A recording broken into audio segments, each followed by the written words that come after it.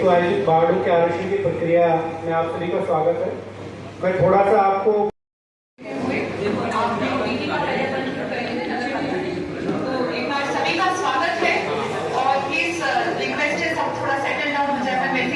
एक बार हम आपको दिखा देते हैं। जैसे मैंने आपको कहा था, वार्ड संख्या 13, वार्ड संख्या 13,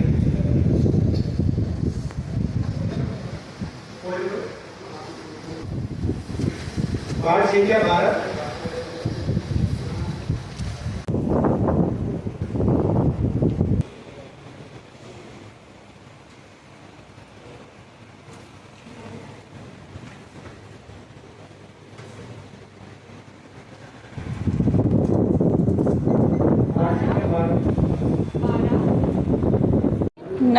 नगरीय निकाय चुनाव 2026 की जो रिजर्वेशन आरक्षण की प्रक्रिया थी, सभी जो 10 हमारे यूएलबीज़ हैं उनके वार्डों की आरक्षण की लॉटरी निकाली गई।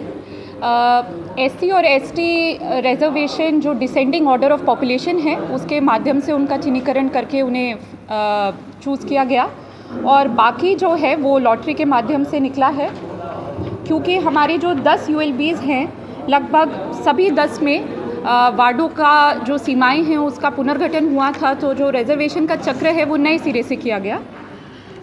आज यहाँ पे सभी जनप्रतिनिधियों, आमजन और मीडिया के प्रेजेंस में बहुत सफलतापूर्वक सभी 10 यूएलबीज़ की आरक्षण की प्रक्रिया अपन ने पूरी करी।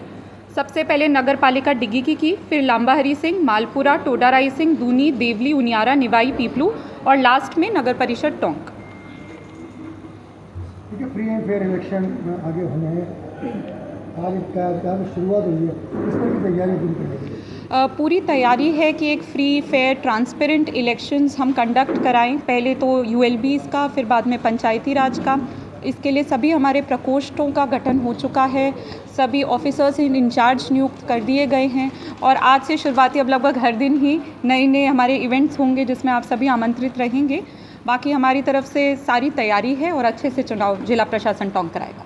मतदाताओं को जागरूक करने के लिए खासतौर पर मतदाताओं को जागरूक करने के लिए स्वीप एक्टिविटीज़ का भी आयोजन कुछ टाइम से चल रहा है, आगे भी किया जाएगा। खासकर हमारे जितने भी कॉलेजेस हैं गवर्नमेंट और प्राइवेट, उसमें सभी जो ईआरओ साहिबान, जो हमारे एसडीएम साहिबान होते हैं, उनके माध्यम से स्वीप एक्टिविटीज़ का आयोजन हो रहा है। पॉलिटिकल पार्टीज के जो प्रतिनिधियों को दैट्स इट, थैंक यू। सरगर्मियाँ तेज हो गई हैं और लॉटरी भी निकल चुकी है। किस तरीके की तैयारियाँ जाने वाली हैं?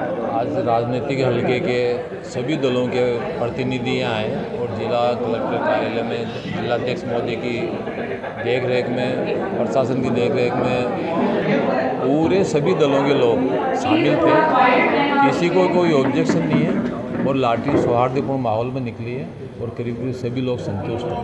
और अब आपके वार्डों के जो अब तक नहीं निकल पाई थी, अब सब लोग सक्रिय आज से ही हो जाएंगे और सब लोग अपने अपने काम में लगे। ये मैं आपको बताऊं, चारों विधानसभाओं में भारतीय जनता पार्टी का ही माहौल रहने वाला है और कई वार्ड तो ऐसे हैं जिनमें कांग्रेस के प्रत्याशी तैयार नहीं हो रहे हैं। इसलिए इस चीज़ को भी विपक्षी पार्टियां कहूँ मैं, जिसको कांग्रेस नहीं कह के, उनका जनाधार नहीं है, क्योंकि उन लोगों ने काम नहीं किए पिछले 5 साल में। हम लोगों ने जितने 2.5 साल में, चाहे वो युवाओं को लेकर के काम किए हैं, चाहे नल और बिजली और पानी को लेकर के किए हैं, तो इसका लाभ भारतीय जनता पार्टी को, सरकार को मिलने वाला है। भाई, और पीपलू के ऐसे कौन से प्रमुख मुद्दे रहने वाले हैं जिनसे आपको लगता है कि आने वाले समय में वोट मिलेगा? वहाँ पिछले 2.5 साल में जितने काम भारतीय जनता पार्टी की सरकार ने, भजन लाल जी ने किए हैं, मुझे लगता नहीं है कि पीपलू और निवाई में इस तरह की कोई समस्या है, किसी तरह की कोई समस्या नहीं।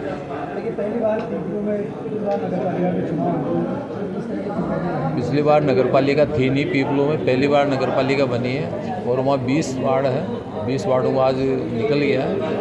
तो वहाँ पे कोशिश ये रही कि जो चेयरमैन है हमारा, एससी की महिला आई है, तो वो हमारा चेयरमैन बने।